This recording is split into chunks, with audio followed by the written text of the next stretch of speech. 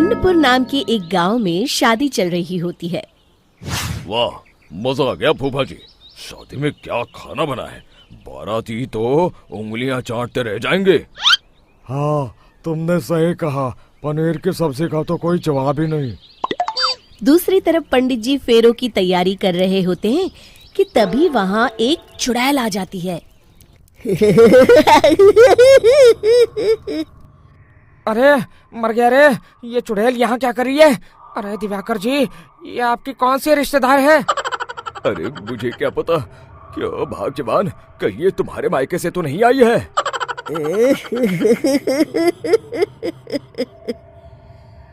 तुम लोगों की इस गांव में बारात लाने की हिम्मत कैसे हुई? मेरे रहते इस गांव में किसी की शादी नहीं हो सकती। अब तुम लोग देखो मैं क्या करती हूँ। अरे मर गया रे, मैंने सुना है ये जबान की पक्की है। भागो रे भागो, वरना ये चुड़ैल किसी को नहीं छोड़ेगी।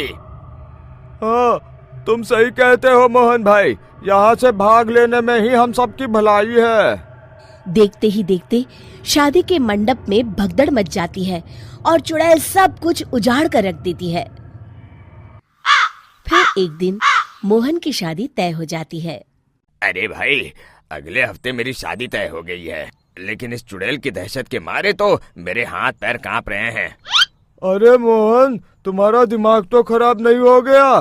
तुम अपने साथ साथ हम सब गांव वालों को भी बलि का बकरा बनाना चाहते हो?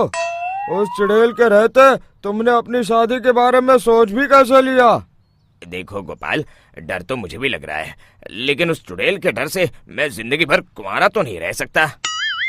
तभी वहाँ मोहन के होने वाले ससुर आ जाते हैं। अरे ससुर जी आप? देखो, अब तक मैं तुम्हारा ससुर बना नहीं हूँ और शायद बनूंगा भी नहीं। ये आप क्या कह रहे हैं? मैंने तो शादी का कोड भी सिलवा लिया है। मैं अपनी बेटी की शादी किसी अच्छे गांव में कराना चाहता हूँ। तुम्हारा गांव तो भूतिया गांव है। मैं तो क्या, अब तो कोई भी अपनी लड़की इस गांव वालों को नहीं देगा। इस तरह चुड़ैल के डर से उस गांव में किसी की भी शादी नहीं हो पाती। फिर एक दिन गांव के जमींदार अपनी बेटी की शादी करने का विचार करते हैं, लेकिन चुड़ैल के डर से उनकी भी हिम्मत जवाब दे देती है। अगर मेरी बेटी की शादी तय समय से नहीं हुई तो मेरी नाक कट जाएगी। मुझे कुछ करना ही होगा।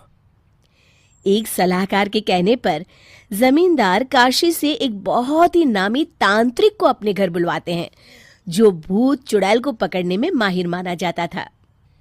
जमींदार साहब, आप चिंता मत करिए। इस गांव की सीमा में प्रवेश करते ही मुझे उस चुड़ैल के बारे में सब पता चल गया था। आप उसे जल्दी से जल्दी कैद कर लीजिए ताकि मैं अपनी बेटी की शादी कर सकूं। जब वो चुड़ैल एक इंसान थी, तब ठीक उसकी शादी करने वाले दिन ही उसकी और उसके होने वाले पति की एक दुर्घटना में मौत हो गई थी। उसका होने वाला पति आज भी भूत बनकर जंगल में भटकता है। इसलिए जब तक चुड़ैल की शादी नहीं हो जाएगी, वो किसी और की भी शादी नहीं होने देगी। ये आप क्या कह रहे हैं? अगर वो भूत भी हमारे गांव में आ गया तब हमारा क्या होगा? ये आदमी बीच में बहुत बोलता है, इसे बाहर निकालो। उसके बाद तांत्रिक बताते हैं कि अगर उस भूत के साथ चुड़ैल की शादी करा दी जाए तो वो चुड़ैल हमेशा हमेशा के लिए उस गांव को छोड़कर चली जाएगी।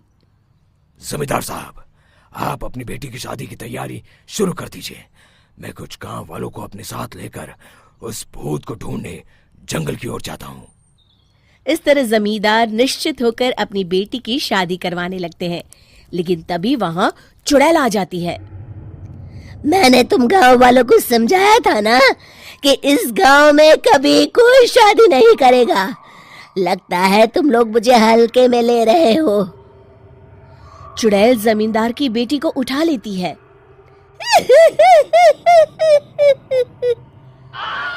अब देखती हूँ बिना दुल्हन के तुम लोग शादी कैसे करोगे। मैं इसे अपने साथ ले जा रही हूँ।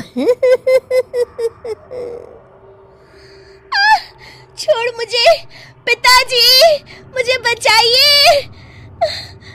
अरे कोई मेरी बेटी को बचाओ। तभी तांत्रिक उस भूत को लेकर वहां पहुंचता है। अरे भाग्यवान, रुको, इन मासूमों को परेशान मत करो, मैं आ गया हूँ, अब तुम मेरे साथ चलो। चुड़ैल बहुत खुश हो जाती है। आप आ गए, चलिए अब हम मंदिर में चलकर शादी कर लेते हैं। अरे अरे अरे अरे, ये क्या कह रही हो? मंदिर में जाके दोबारा मरना है क्या? चलो, आज से हम जंगल में रहेंगे। चुड़ैल चली गई, अब मेरी शादी हो जाएगी। इस तरह सभी गांव वाले खुशी से झूमने लगते हैं।